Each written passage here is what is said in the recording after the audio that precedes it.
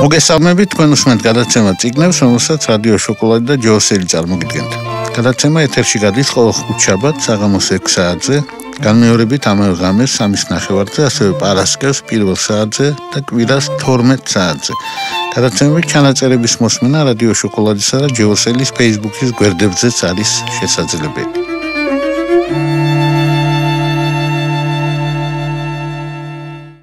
წიგნების დღევანდელ გადაცემაში ჩვენ ვისაუბრებთ ირაკლი ჩარკვიანის წიგნზე, რომელსაც ქვია მშვიდი ცურვა.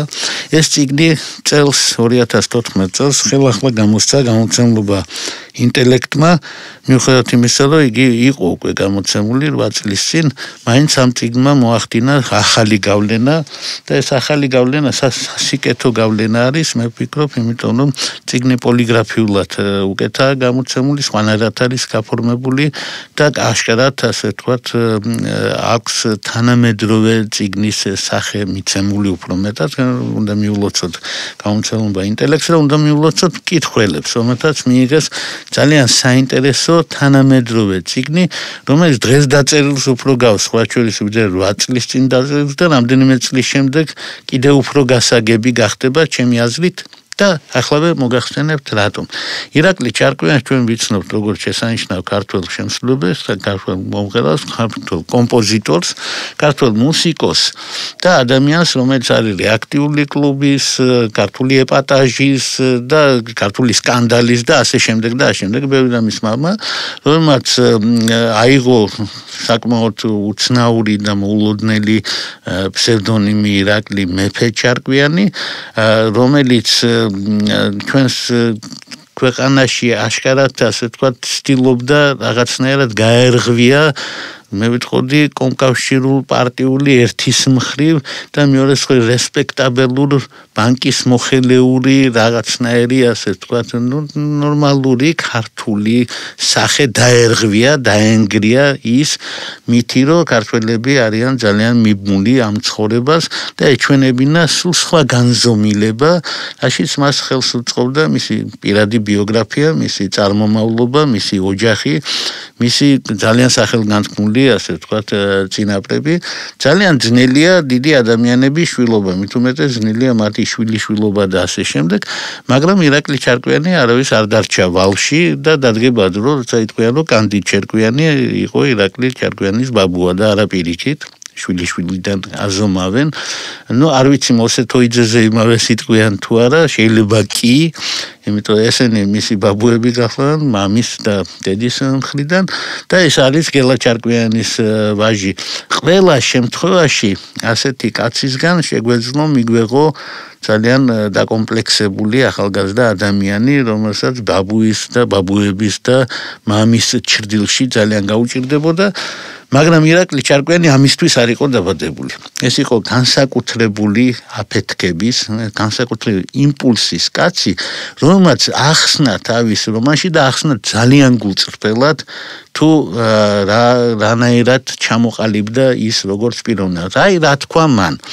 მან სხვა შორის ძალიან საინტერესო ენათმეცნიერული დაკვირვებები აქვს, აშკარად ეტყობა, რომ პოეტი არის და არა პროზაიკოსი იმდენად, ეს უფრო პოეტის პროზას გავს ვიდრე მუსიკოსის პროზაიკოსობას. აშკარა არის, რომ პოეტი როგორც ჩანს ყველაზე მთავარი ჰიპოსტასი იყო ირაკლი ჩარკვიანის არსებაში, თუმცა რა თქმა უნდა მუსიკალური მხარეც ძალიან მნიშვნელოვანია. მან თქვა, რომ სიტყვებს აქვს მნიშვნელობა და რომ ჟავანაძის ეპოქა იყო მჟავე ეპოქა. და სწორედ იმიტომ, რომ ჟავანაძის გვარში იყო ეს ნაწილი, ის ჩაწვდა ამ ეპოქას. არ ამგონია ვინმეს შეეძლოს უკეთესად და ახასიათოს ის ეპოქა, მე მას მოვესწარი და სიტყვა მჟავე, მე მგონი არის ყველაზე სწორი განმარტება და სწორი ახსნა, იმიტომ რომ დანახვა ამ ეპოქისა, როდესაც იყო რაღაცნაირად იყო დაშვებული მეტი თავისუფლება შედარებით და მეტი მატერიალური სიკეთე. ოდნავ მომდიდრდნენ ქართველები, ოდნავ გამდიდრება ირაკლი ჩარკვიანსაც აქვს ნახსენები წარბებიანი ბრეჟნევის ეპოქაში, რომელმაც იქიდან შემოთვალა, რომ ამის საშუალება არის და მერე ჩაითვალა, რომ არა ამის საშუალება აღარ არის.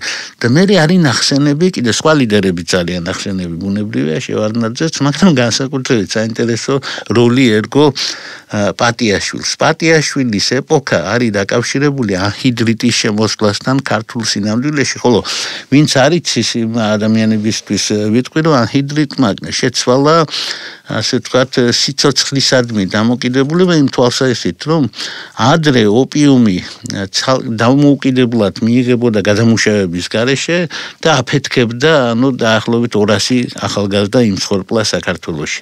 და როდესაც ირაკლი ჩარკვიანი თავის წიგნში დაწერს 200 კაციანი თვითმფრინავის აფეთქებაზე, ის იგულისხმებს არა ტერორისტულ აქტს ჰაერში მაინდა-მაინც, არამედ იმ საშინელებას, რაც ნარკომანიამ და ნარკოტიკმა უქნა სულ ცოტა 200 ახალგაზრდას, ვისაც ჩვენ გამოვეთხოვეთ, რომლებიც დაიღუპნენ, იმიტომ რომ არ იყო სრულყოფილი, ასე ვთქვათ, ქიმიური საშუალებები და ამიტომ პატიაშვილის ეპოქაში, როცა ანჰიდრიტი გაჩნდა, ეს ორი რამ დაუკავშირდა ერთმანეთს, ასე ვთქვათ, ნარკოტიკი უფრო რბილი გახდა და ირაკლი ჩარკვიანი არ მალავს თავის დამოკიდებულებას არც ნარკომანიისადმი, არც ნარკოტიკისადმი და არც იმ სიკვდილისადმი, რომელიც აი ასეთი გზით მოიპოვება, მაგრამ ის არ არის თვითმკვლელი და თვითმკვლელობისკენ მიდრეკილი ადამიანი. ამ წიგნში ბევრჯერ არის ნათქვამი ისეთი რამეები, რომელსაც ვერასოდეს ვერ ნახავთ, იმიტომ რომ ჩვეულებრივ მწერლებს ეს არ შეიძლება ჰქონდეთ გამოცდილებაში და მიანიჭებენ ხოლმე თავის პერსონაჟებს. და ძალიან იშვიათია, ვთქვათ, ბოდლერისნაირი პოეტი, რომელმაც იცის რა არის ნარკოტიკი. ძალიან იშვიათია გალაქტიონისნაირი პოეტი, რომელსაც ცხოვრებაში უფრო მეტი წამი დაუხარჯავს ალკოჰოლთან ურთიერთობაში, ვიდრე პოეზიასთან და სხვების წიგნებთან ურთიერთობაში. და გარკვეული გაგებით ყველა ძალიან ნიჭიერი ადამიანი აუტისტია და მაინც საკუთარი თავისკენ არის მიდრეკილი, მიუხედავად იმისა, რომ ნათესავებიც ყავს, სხვებიც, მაგრამ აი ირაკლი ჩარკვიანს ყველაზე უკეთ ახასიათებს მისი სულიერი ნათესავის წინა საუკუნიდან, რომელიც ამბობს, რომ ამდენ ხალხში, ამოდენად ქვეყანაში კაცი არ არის, რომ რაღაცა გაუზიარო, რაღაცა უთხრა. სულიერი მარტოობა ბარათაშვილის ქვეყანაში, თუნდაც ილია ჭავჭავაძის ქვეყანაში ძალიან ნორმალურია, სამწუხაროდ ნორმა. ამიტომ არის, რომ ის ვერ პოულობს ვერავის და გვიყვება ამის შესახებ. და გვიყვება ძალიან უცნაურად. თუ თქვენ ძვირფასო მკითხვები გაინტერესებთ, როგორი იყო ვლადიმერ ილიასძე ლენინი აწეული ჰაერში საკუთარ მავზოლეუმში და იქიდან მომთხოვნი იმისა, რომ საჭიროა ტერაქტის ჩატარება.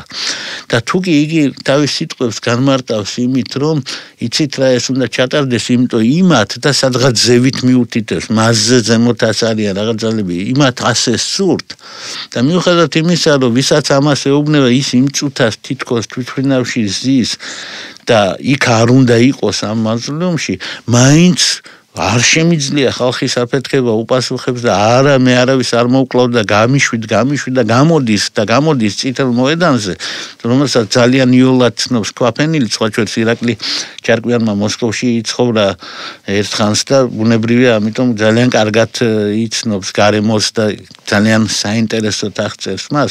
ქალაქები მოსკოვი, ლონდონი შესანიშნავად ამ წიგნში და რა თქმა უნდა ქალაქი თბილისი ამ წიგნში წარმოდგენილი.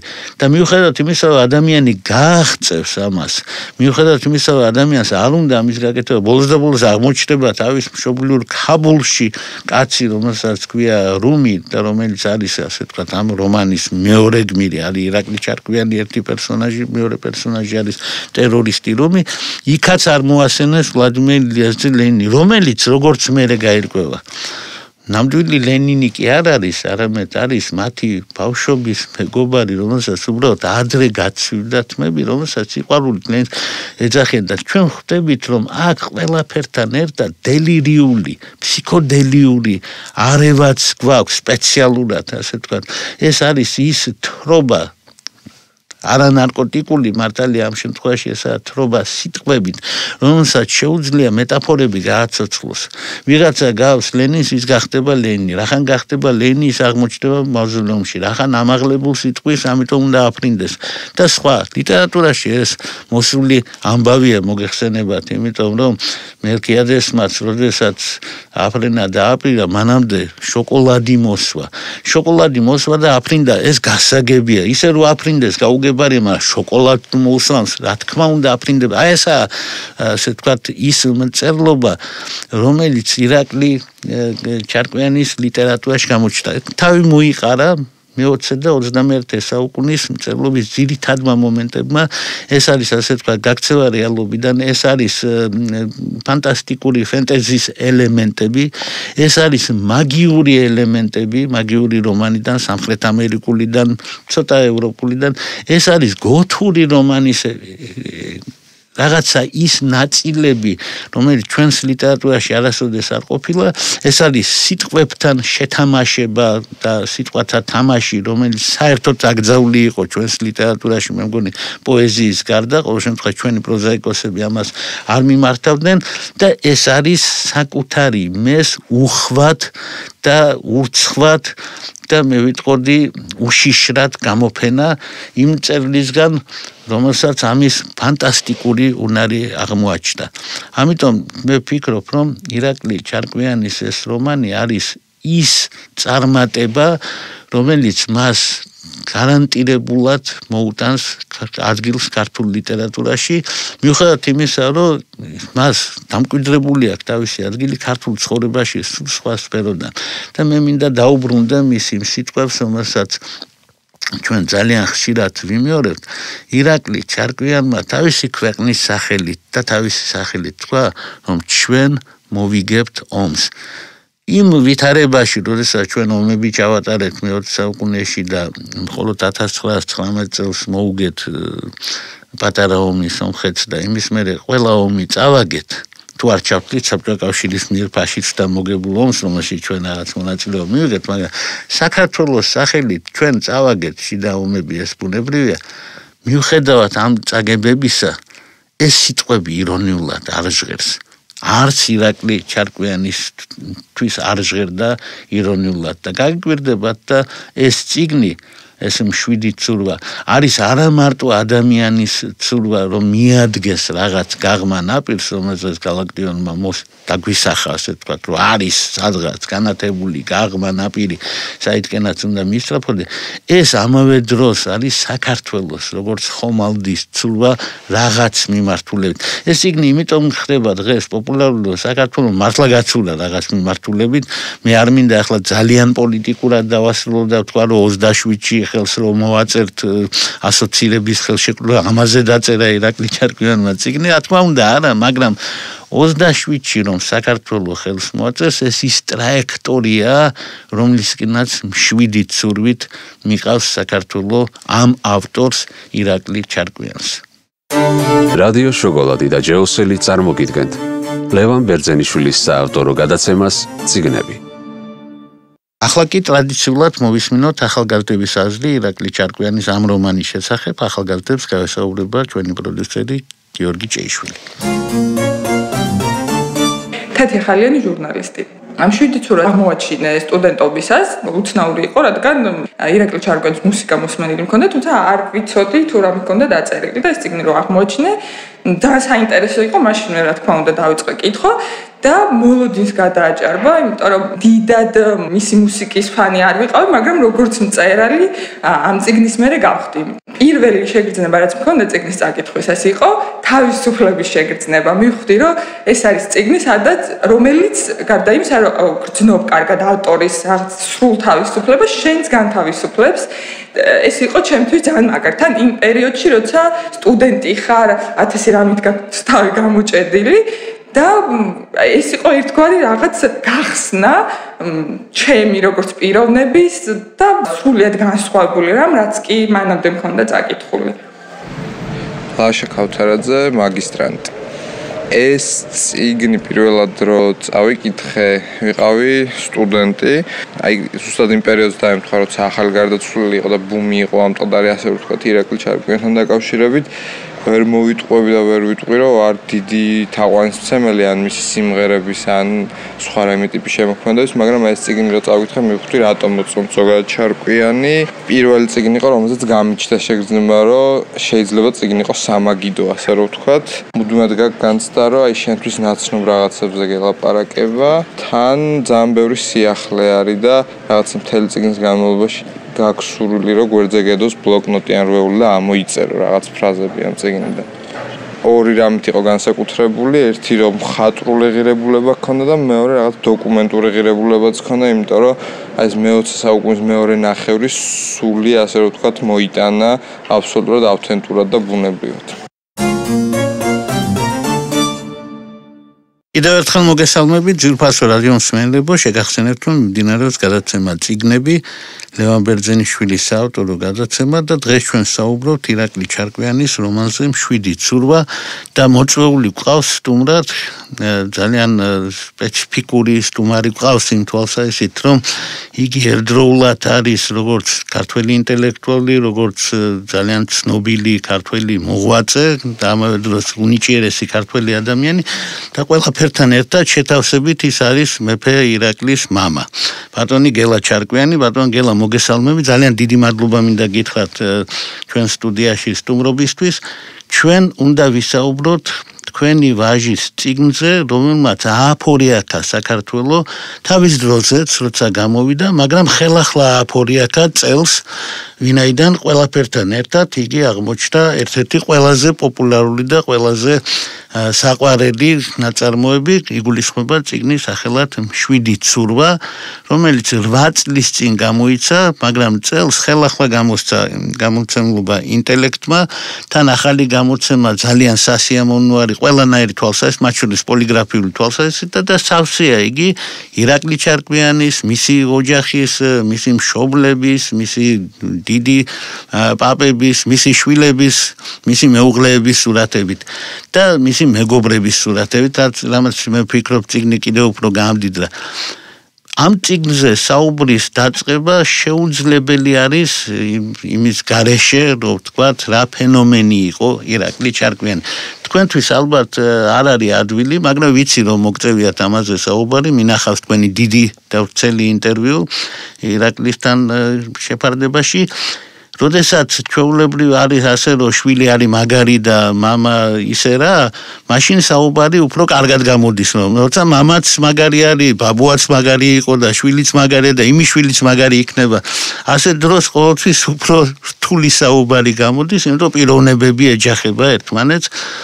თქვენი შვილის წიგნი ძალიან გულწრფელია, მათ შორის იმ ნაწილში, სადაც თქვენთან და მშობლებთან ურთიერთობა, მეუღლეებთან ურთიერთობა ასახული და შვილებთან ურთიერთობაც და ამიტომ ფაქტობრივად მან მთელი საქართველოს და შეიძლება არა მხოლოდ მთელი საქართველოს თვალწინ გადაშალა თავისი სულიერი სამყარო, რითიც გარკვეულად დარტყმის ქვეშ აღმოაჩინა თავის საკუთარი ოჯახიც ბუნებრივია. და თქვენ თვითონ როგორ უყურებთ ამ წიგნს? დიდი მადლობა. პირველად ყოვლისა ბატონ ლევან, შეიძლება მომიწვიეთ. თქვენ უკვე თქვით იმის თაობაზე, რომ ეს არ არის ადვილი საერთოდ შვილზე საუბარი. და ალბათ ეს გამიჭირდება რაღაც განსაკუთრებული თქმა, მაგრამ რა ვიცი,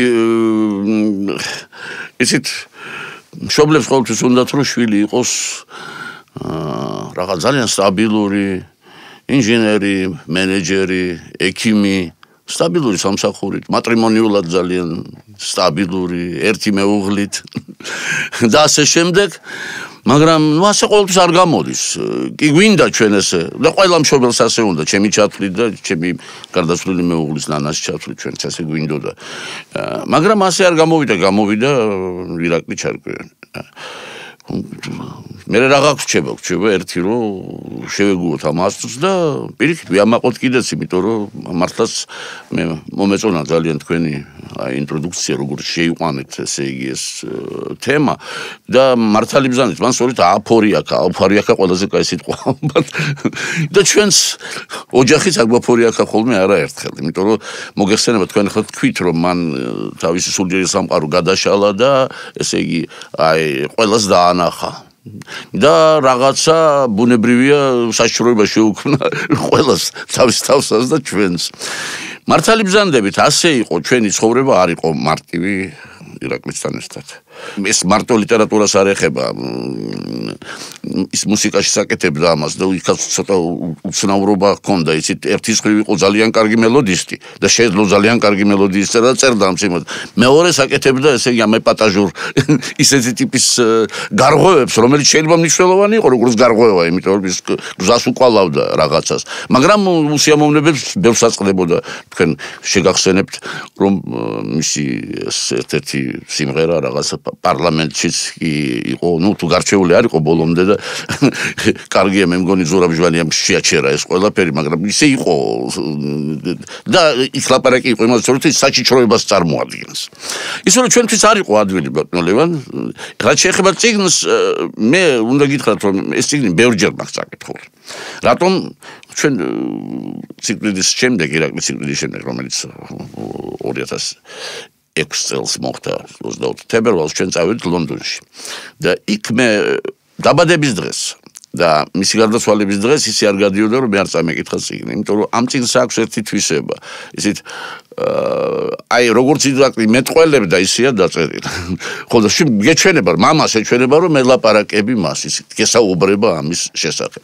მე შეფასებას ვერ მივცემ, იმიტომ რომ მამა ვარ და ალბათ არ ღირს რომ ახლა თქვა კარგია, ცუდია, მაგრამ ჩემთვის სასაკვირველი ეს ძალიან მნიშვნელოვანი წიგნი, იმიტომ რომ მე ყოველ აი ესეთ მომენტში როცა ისევ ეს სევდა მომაწვება ხოლმე სევდა არ არის, რაც კივილი ძალიან ძლიერი ირაკლიზეც ნანაზეც აუცილებლად წავიკითხავ ხოლმე ამ წიგნს. აი ეს შემიძლია თქვა დასაწყისში და თუ თქვენ გექნებათ რაიმე უფრო კონკრეტული ესე იგი შეკითხვა ამასთან დაკავშირებით შევეცდები, თუმცა მე ლიტერატურას ვწოდნე არა ვარ და არ მაქვს პრეტენზია რომ შემიძლია რაღაც ანალიზი გავაკეთო წიგნისა.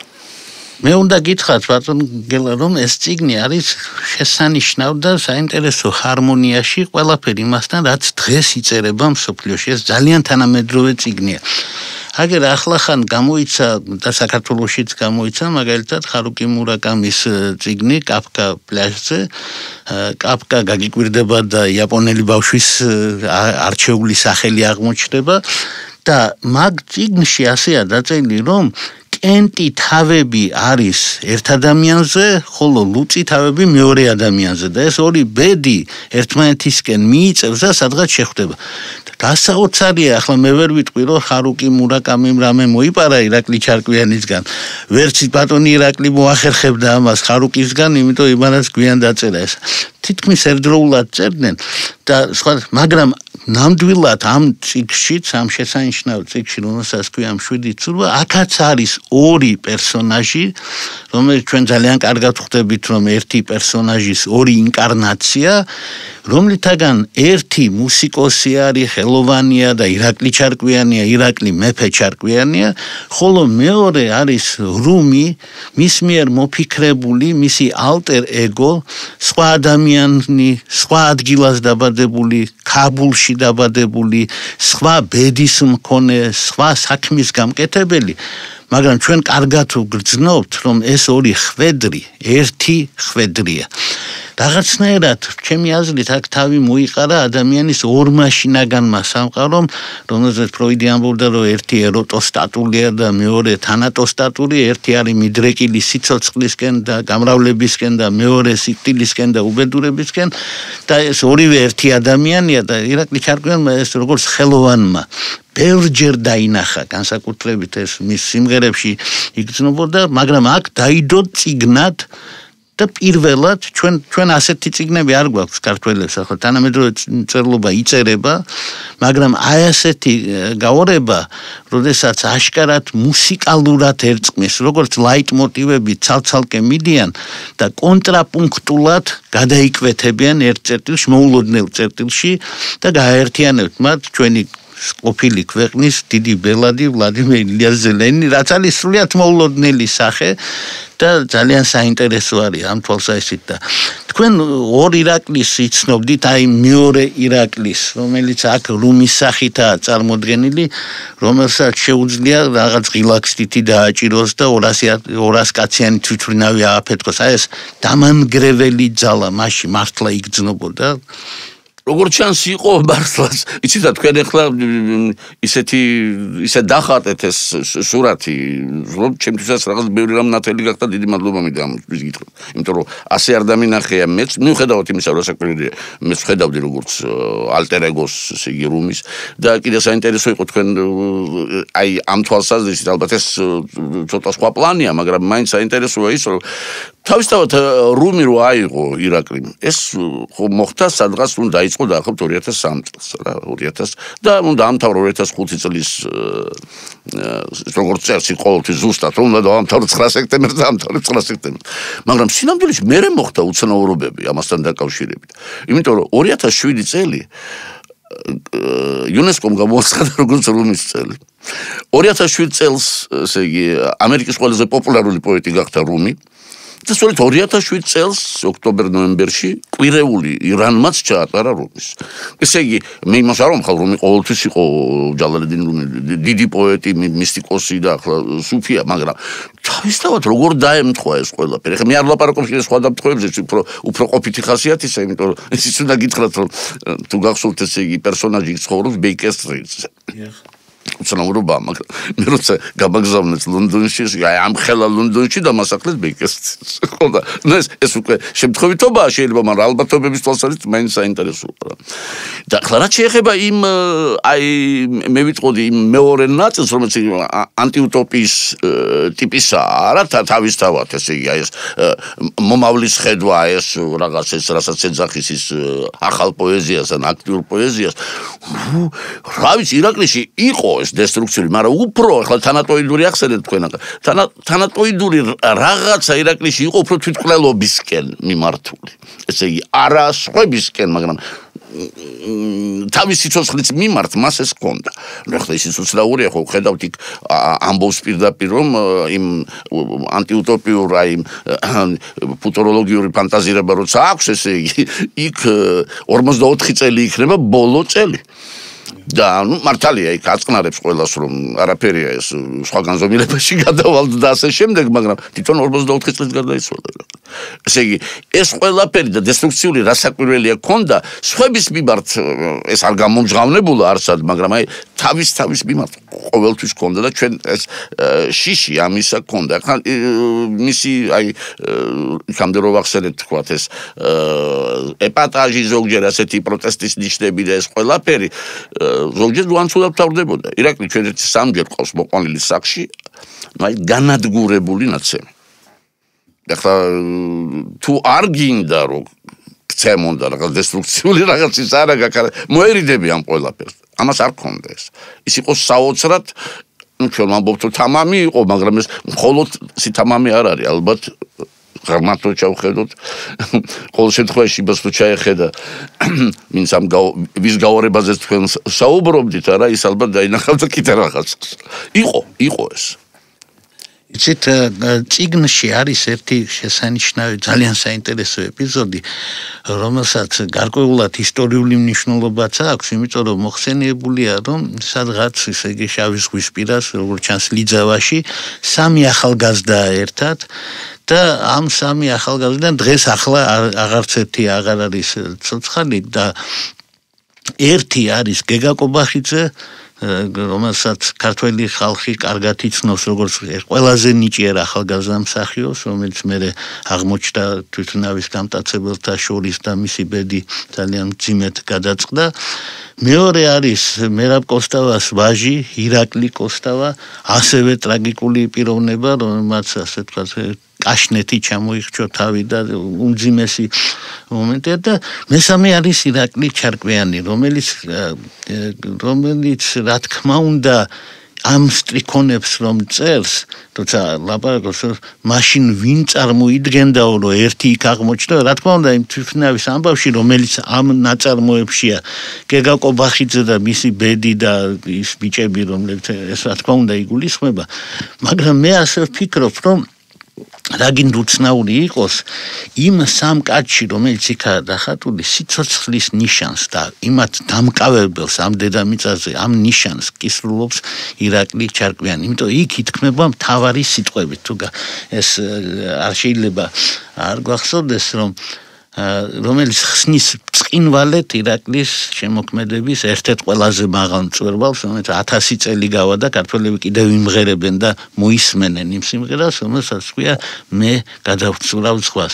იმიტომ რომ აქ ყოფილა საუბარი ბავშვებში, რომ ვიღაცამ შეძლო და შავი ზღვა გადაცურა და ისე გააღწია საბჭოთა კავშირიდან. ეს ჩემი ბავშვების საუბარიცაა და არის ამაში რაღაც მითოსური და არის ამაში გმირული და ეს გადაცურვა მშვიდი ცურვაც სწორედ ამ ქვეყნიდან, იმ ცუდი ქვეყნიდან წასვლა არის. ყველა თავისებურად წავიდა, ერთი კაშნეს გამოყენებით, მეორე თვითნავის გამოყენებით, ირაკლი თავისი ამ წიგნის და იმ დესტრუქციის გამოყენებით, რომელსაც მუდმივად ასეთ გაურბოდა ამ რეალობას და ეს არ არის გასაკვირი. ძალიან მძიმე ქვეყანაში ვიცხოვრეთ ჩვენ, მაგრამ მე მაინც მგონია, რომ მას ყველაზე მეტი ძალა ჰქონდა ამ ადამიანებს შორის, მეგობრებს შორის, იმიტომ რომ მან ეს ყველაფერი, ეს სურვილები აქცია უკვდავებად, იმ სიტყვებად, რომელიც არის მე გადავცურავ ზღვას. ქართულ ლიტერატურაში ეხმიანება რაღაცებს, გადავცურავ ადიდებულ ჭოროხსა და მტკვარს, რომელსაც აზრი არ აქვს. უბრალოდ არის თავის მოწონება ქალთან იმ ლექსში, კონსტანტინე გამსახურდიას ლექსში.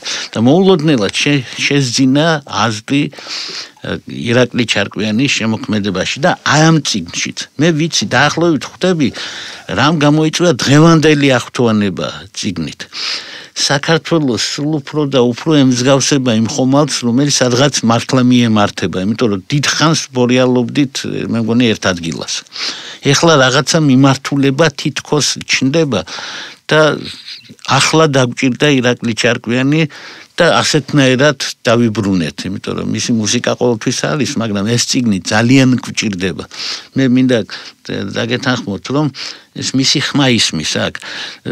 ზოგიერთი ავი რედაქტორი რაღაცებს გაასწორებდა და იმ ხმას ობერტონებს წაუშლიდა და გააღარიბებდა.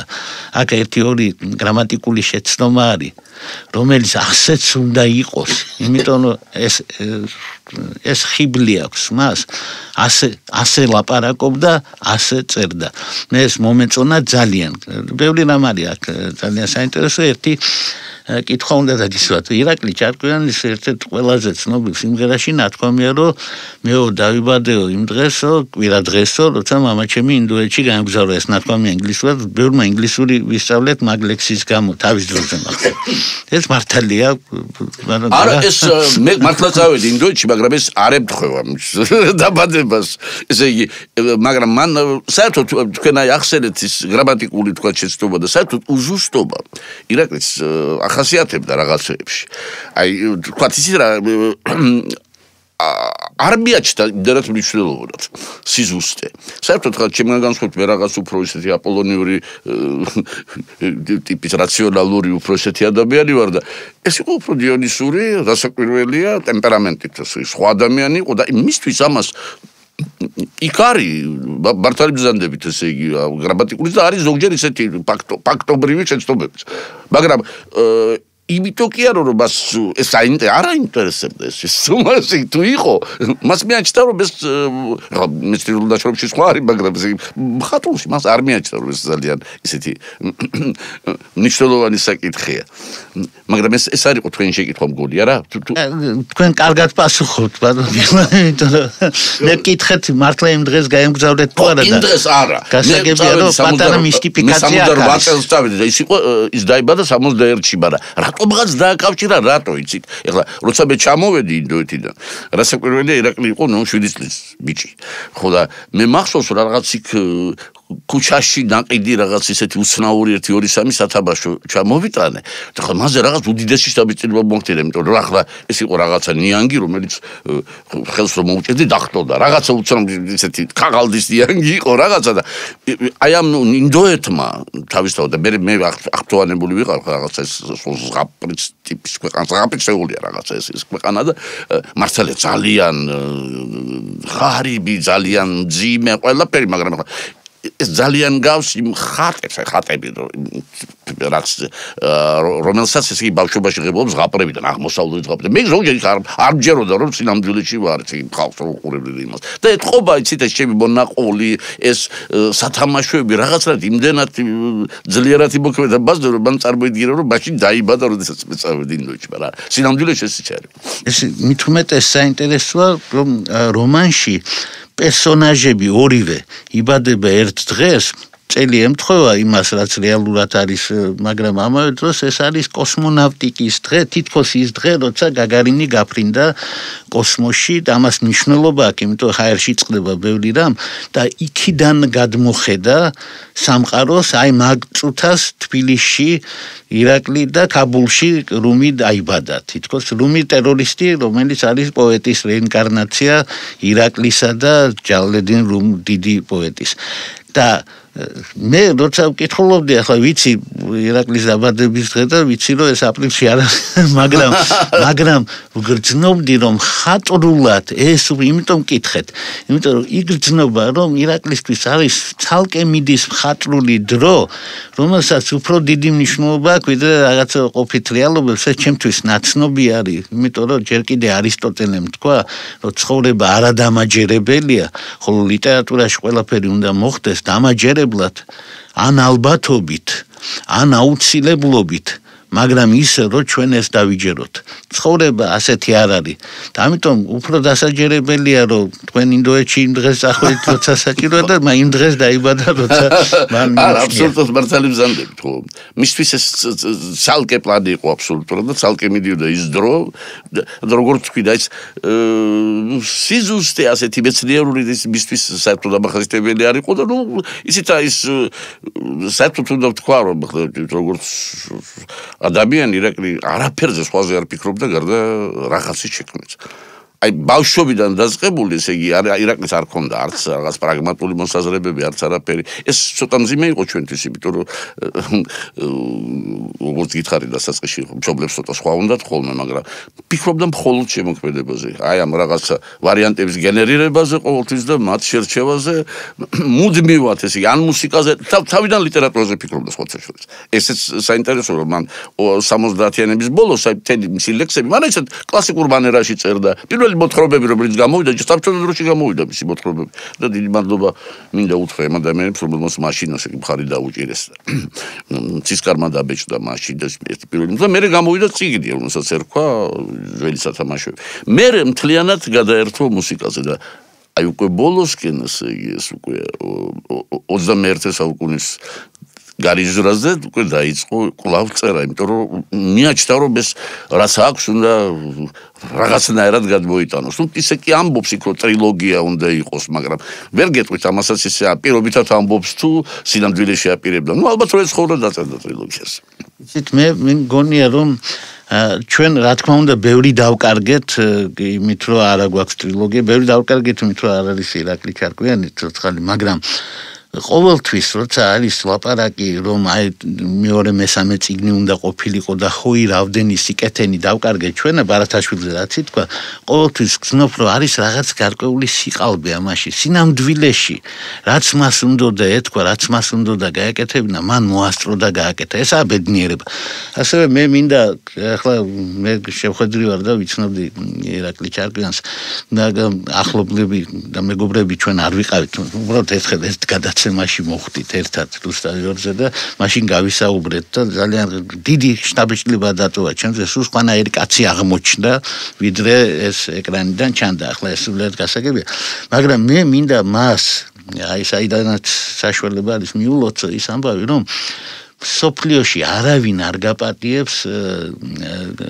ტალანტს ასეთი წესია რომ ტალანტი უპატიებელი ცოდვაა მით უმეტეს არ გაპატიებს მამა ირაკლი ჩარკვიანს გაუმართლა ამ თვალსაჩინით იმიტომ რომ მისი გულშემატკივარი იყო თუმცა კი ჩვენ ყველამ ვიცით მამებს რა გვინდა ხოლმე იმიტომ რომ კაფკას მამას უნდოდა რომ მისი შვილი ნოქარი ყოფილიყო იმიტომ რომ ებრაელები იყვნენ და იცოდა რომ არავინ არ აპატიებდა გერმანულენოვან მწერლობას და ამან შვილსა და მამას შორის საშინელი ომი გამოიწვია და ცნობილი არის მისი წერილი მამას რომელიც მე მგონი მამისის სული ალბათ მოუსვენარი დარჩა და მე ამ ხრივ მინდა მის სულს მიულოცო რომ თქვენ დარჩით მის გულშემატკივრად, ასე ვთქვათ. იმიტომ ამას გაცილებით მეტი მნიშვნელობა აქვს, მე მგონი, ვიდრე იმას, რომ ახალგაზრდა თაობა ამ წიგნს ხელს მოკიდებს და წაიკითხავს. მე ყველას, ვისაც ჯერ არ წაუკითხავს, განსაკუთრებით ეს ინტელექტის გამოცემული ახალი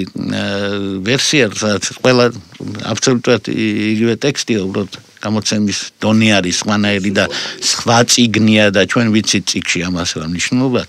მე ყველას მინდა მოუწოდო, რომ წაიკითხოს და მე მინდა ასევე სიხარულით თქვა, რომ არის რაღაც ნიშნები, აღარ მინდა დავასრულო მოვლენებს, მაგრამ მალე გაიგებს ჩვენი საზოგადოება, რომ ეს ასეც არის. რომ კითხულობენ და იგი პოპულარული არის და ბევრი ნიშანი არის იმისა და გამოჩნდება ეს ძალიან კარგად სულ მალე და მინდა კიდევ ერთხელ გითხრათ დიდი მადლობა მობრძანებისთვის და გითხრათ დიდი მადლობა იმისთვის რომ თქვენ არ ჩაკალით და არ მიმართეთ მთელი თქვენი მშობლიური ასე ვთქვათ სიყვარული ბუნტარის მოსაკლავად ოჯახში დიდი მადლობა არა მართალი ბრძანდებით ჩვენ ეს არ გავაკეთეთ იმიტომ რომ რასაკვირველია გრძნობდით რომ ერთადერთი გზა ირაკლისთვის იყო ეს გზა და ხა ჩვენ არ გვინდოდა რომ ეს გზა გვექცია რაღაც ტანჯვად და ყოველნაირად ხელს უწყობდით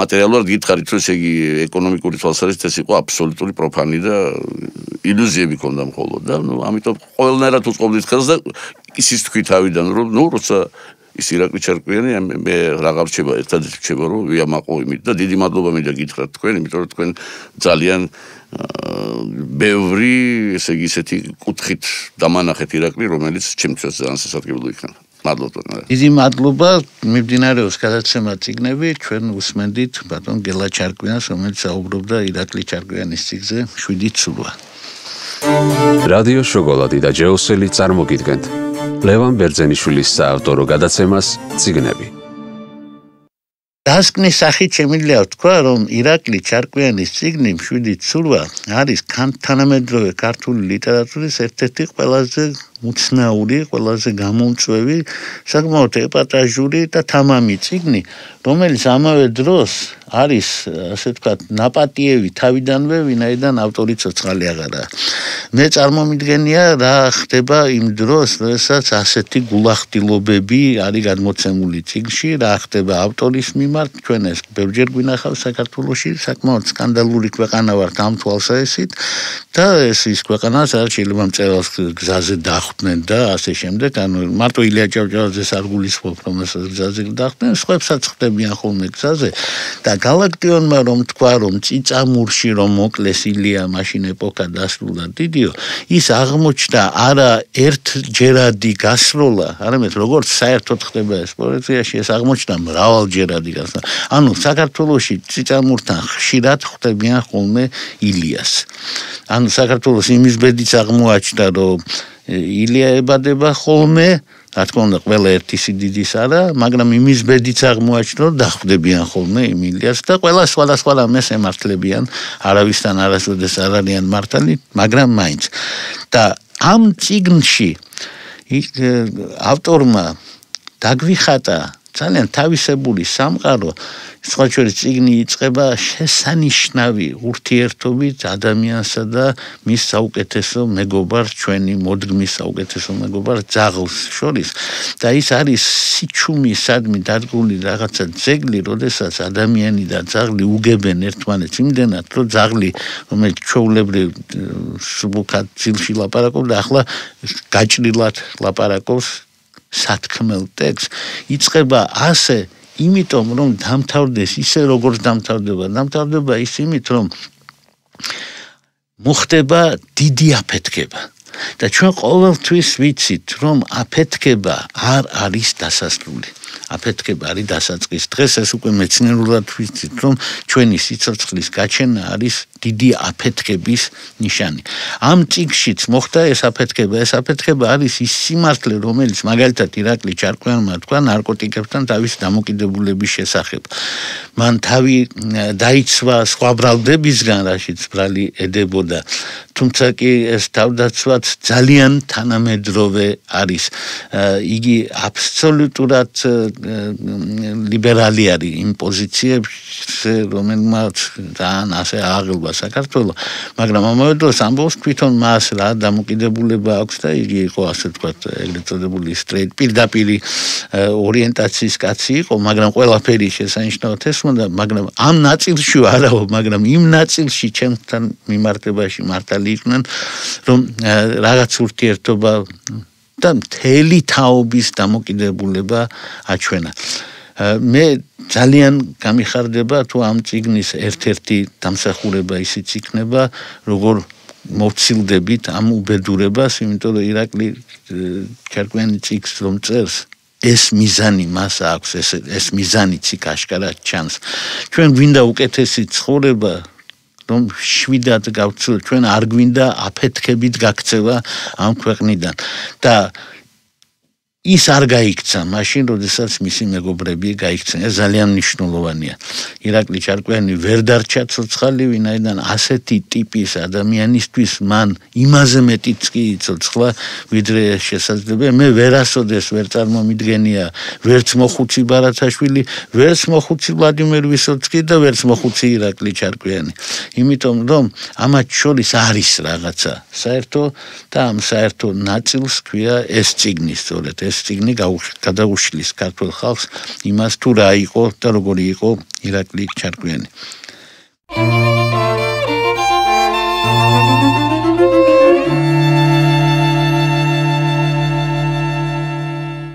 წიგნების მომავალ გადაცემაში ჩვენ ვისაუბრებთ კაცობრიობის გარიჟრაჟის ერთ-ერთ ყველაზე უფრო სერიოზულ აფეთქებაზე, დიდ პოემაზე, რომელსაც ქვია ილიადა, ევროპული ლიტერატურის პირველ ძეგლზე და ამაზე სასაუბრო ჩვენ მოვიწვევთ ილიას უნივერსიტეტის პროფესორს ლევან გიგინეიშვილს. ეგახსენებთ, რომ რადიო შოკოლადის ეთერში თქვენ უსმენთ გადაცემა წიგნებს, რომელიც ეთერში გადის ყოველ ხუთშაბათს საღამოს 6 საათზე, განმეორებით ღამის 3:30-ზე იმავე დღეს, მერე პარასკევს 13 საათზე და კვირას 12 საათზე. გადაცემების ჩანაწერების მოსმენა შეგიძლიათ Facebook-ის გვერდებზე, შოკოლადისა და ჯეოსელის გვერდები გვაძლევს ამ საშუალებას. გამოგვეხმაურეთ, მოგწერეთ წერილები, შენიშვნები, რჩევები, ჩვენ მათ აუცილებლად გავითვალისწინებთ. გადაცემაზე მუშაობდნენ ავტორი და წარკვიანი ლევან ბერძენიშვილი, ჟურნალისტი და პროდიუსერი გიორგი ჭეიშვილი.